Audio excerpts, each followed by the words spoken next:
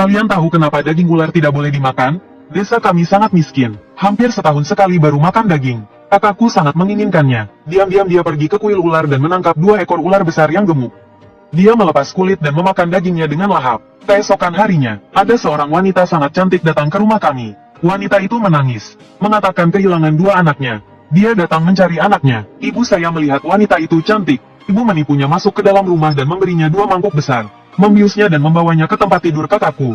Keesokan harinya, ketika saya membawa makanan untuk wanita itu masih menangis. Dia melihat saya dan meraih lengan saya, bertanya, "Di mana anak-anakku? Di rumahmu ada bau anak-anakku." Saya tidak mungkin salah. Kenapa tidak bisa menemukannya? Saat saya ingin menjawab, ibu saya masuk ke dalam ruangan.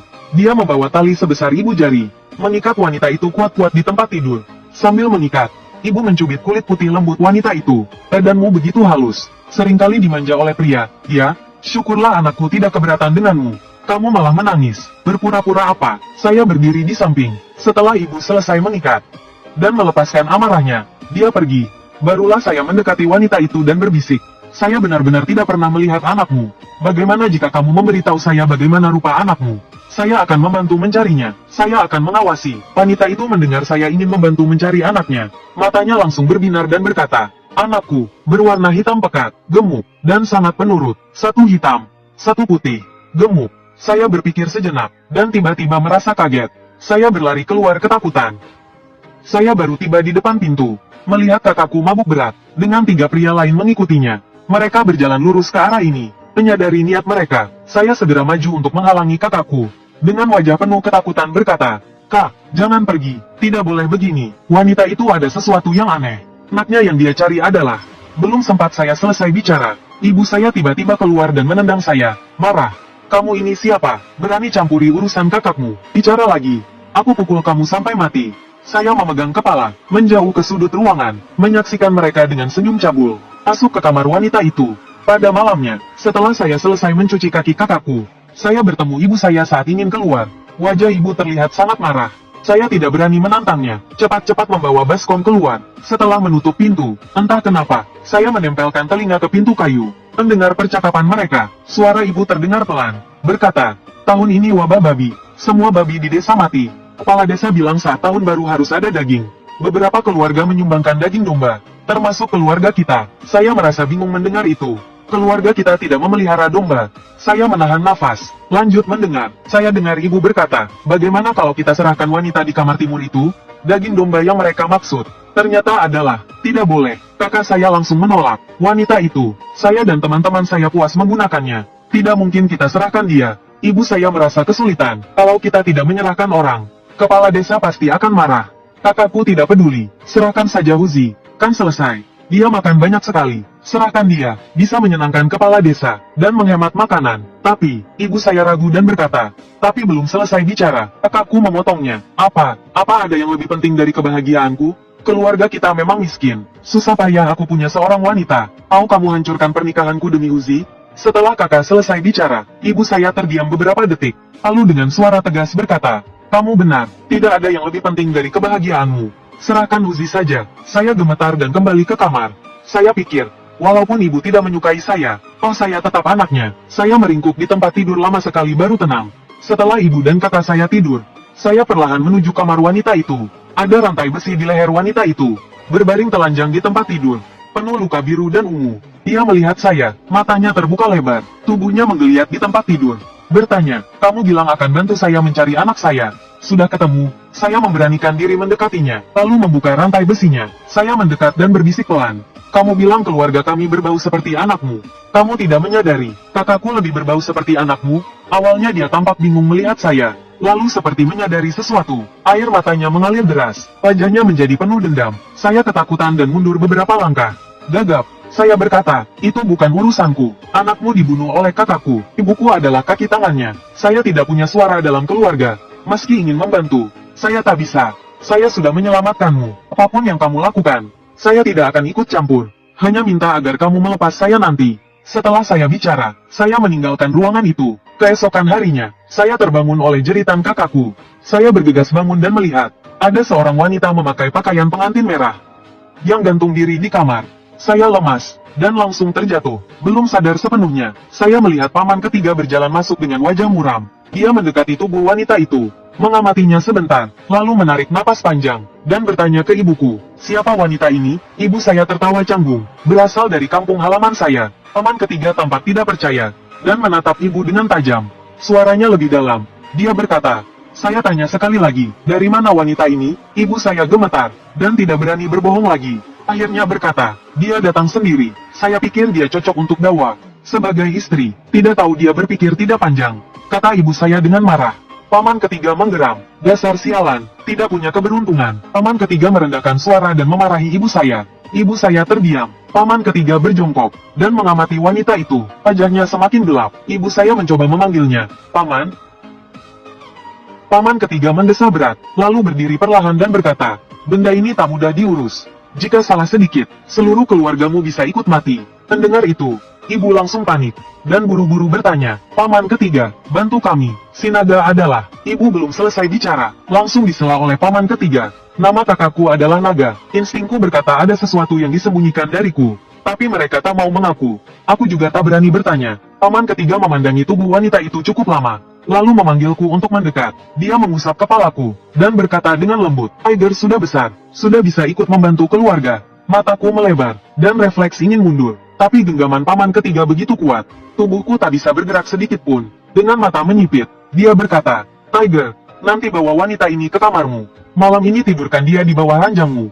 Hanya ini caranya, satu-satunya jalan, ini bisa menyelamatkan nyawa keluargamu. Aku bergidik ketakutan, menggelengkan kepala dengan panik. Apakah paman ketiga tahu apa yang dia minta? Meletakkan mayat di bawah tempat tidurku? Melihat aku menolak, paman ketiga melunak dan berkata, jangan khawatir, energi murni dapat menolak arwah. Kamu masih murni, arwah ini tak akan bisa melukaimu. Melihat aku tetap enggan, ibu pergi ke dapur, mengambil pisau dapur dan mengancam. Berani-beraninya kau menolak, dia mengancam sambil mengayunkan pisau. Saya kasih tahu kamu, jika kamu tidak menurut apa kata paman ketiga.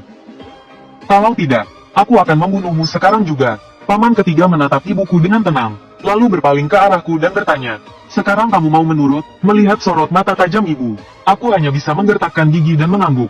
Paman ketiga menepuk bahuku, dan dengan serius berkata, ingat, malam ini ujung kakimu harus mengarah ke ranjang, dan tidur telungkup sepanjang malam. Begini caranya agar dia terjebak di bawah ranjang tanpa jalan keluar. Hanya dengan cara ini kamu bisa selamat. Aku menundukkan kepala, tak berkata apa-apa. Malam itu, aku berbaring di ranjang, sambil gemetaran. Dari bawah ranjang terasa hawa dingin menusuk tulang. Kedinginan membuat tubuhku gemetar. Dalam hati aku berpikir, tak ada satupun dari mereka yang ingin aku hidup. Ibu ingin menjadikanku kambing untuk desa. Paman ketiga menyuruhku menyimpan mayat di bawah ranjang. Tak tahu apa maksudnya, tapi jelas bukan demi kebaikanku. Berpikir begitu, aku menguatkan diri, menyebar sepatu di tepi ranjang, dan tidur terlentang. Jika aku tidak boleh hidup, maka kita semua mati bersama. Pagi hari saat ayam berkokok pertama kali, aku langsung melompat bangun dari ranjang, berlarian keluar kamar dengan tergesa-gesa. Anehnya, aku ternyata masih hidup.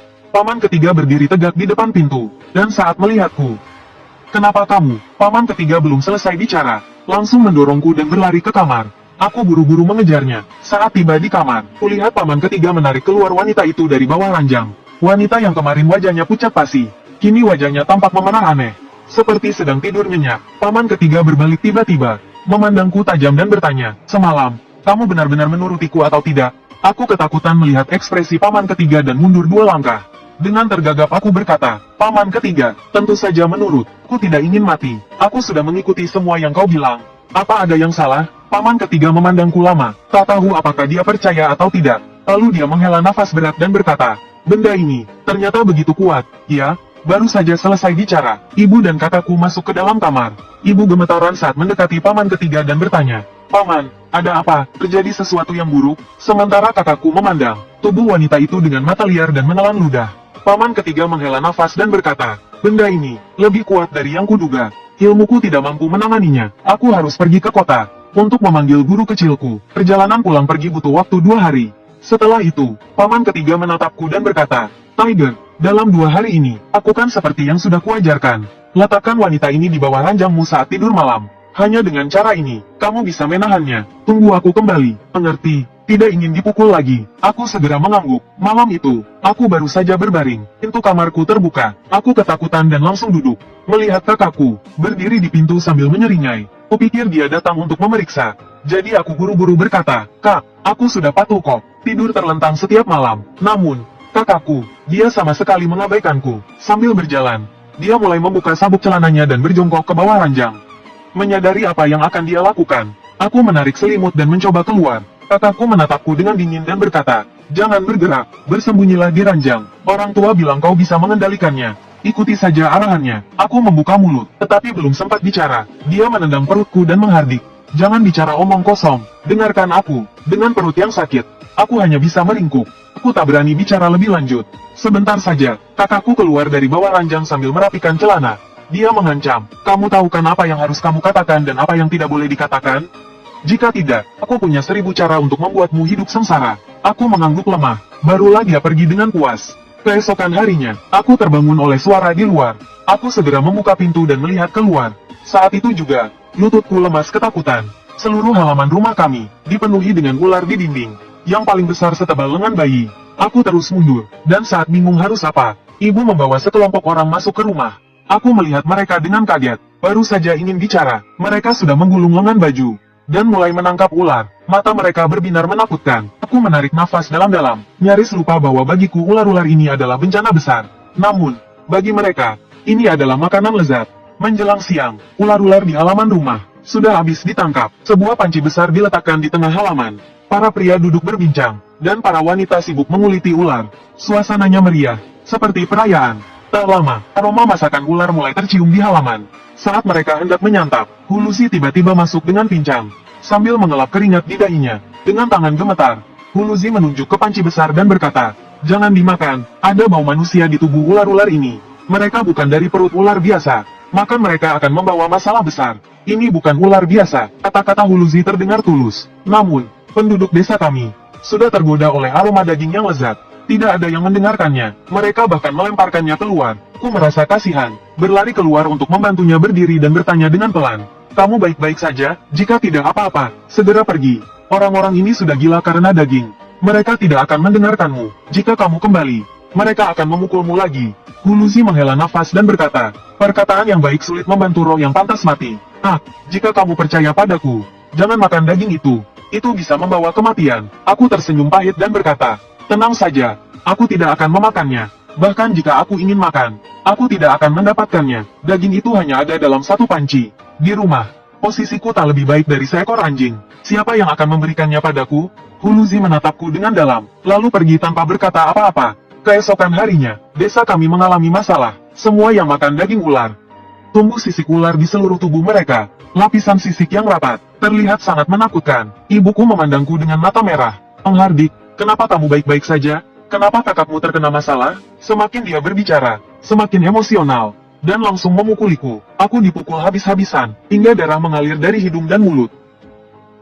Darah yang terciprat ke tangan ibuku seketika membuat sisik-sisik ular itu memudar. Ibuku pun menyadari hal ini, dan dengan bersemangat menarik lengan kakakku sambil berkata, ada harapan, anakku Longwazi bisa diselamatkan. Darah anak terkutuk ini sepertinya bisa menyembuhkan sisik-sisik ini."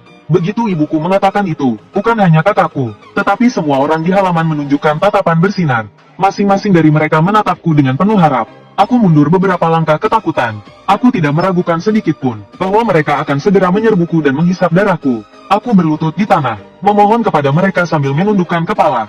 "Kasihani aku, tolonglah, aku mohon, tolong, darahku tidak akan berguna." Aku mencari bantuan dari kepala desa, tetapi orang tua yang tampak ramah itu hanya menghela nafas dan berkata, "Huzi, menukar hidupmu untuk nyawa seluruh desa, itu adalah berkah besar untukmu." Aku masih berharap terakhir pada ibuku, tetapi dia bahkan tidak memandangku.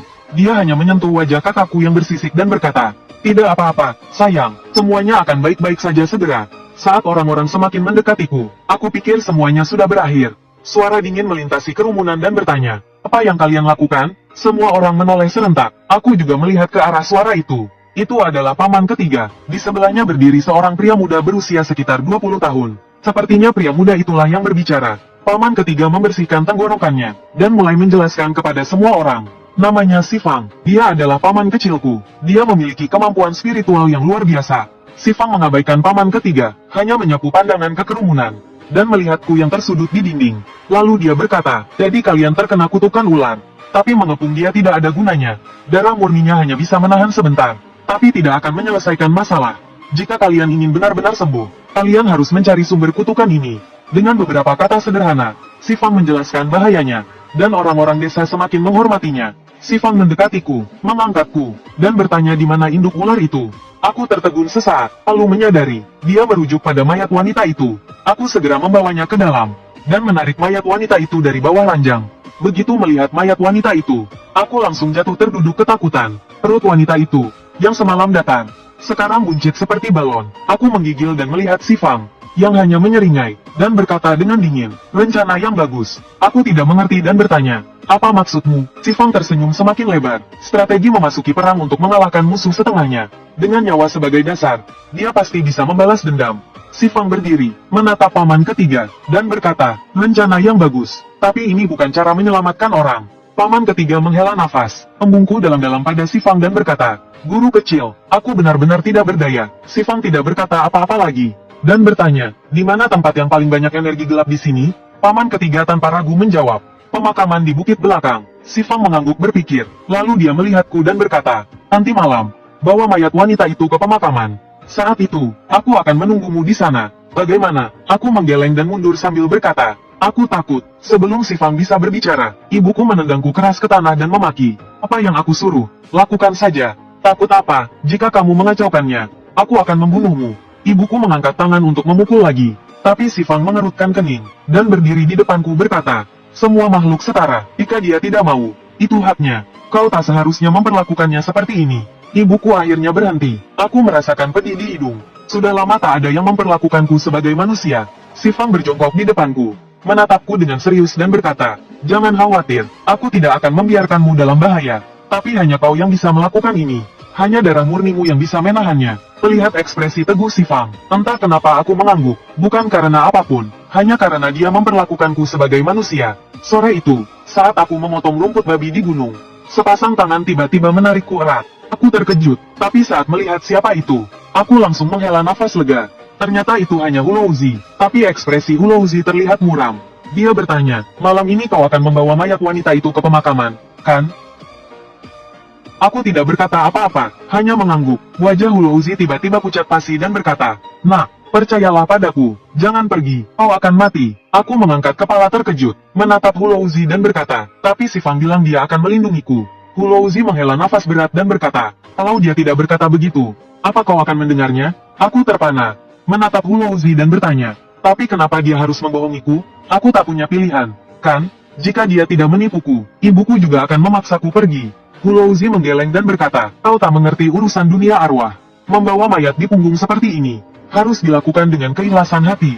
Kalau tidak, sedikit niat buruk saja, bisa menggagalkan segalanya. Dia menyuruhmu membawa mayat ke gunung. Dan begitu mayat sampai di sana, kutukan ular pada orang-orang desa akan lenyap. Tapi pada saat yang sama, energi hidupmu akan habis. Kau pasti mati. Aku menatap Hulouzi tanpa berkedip.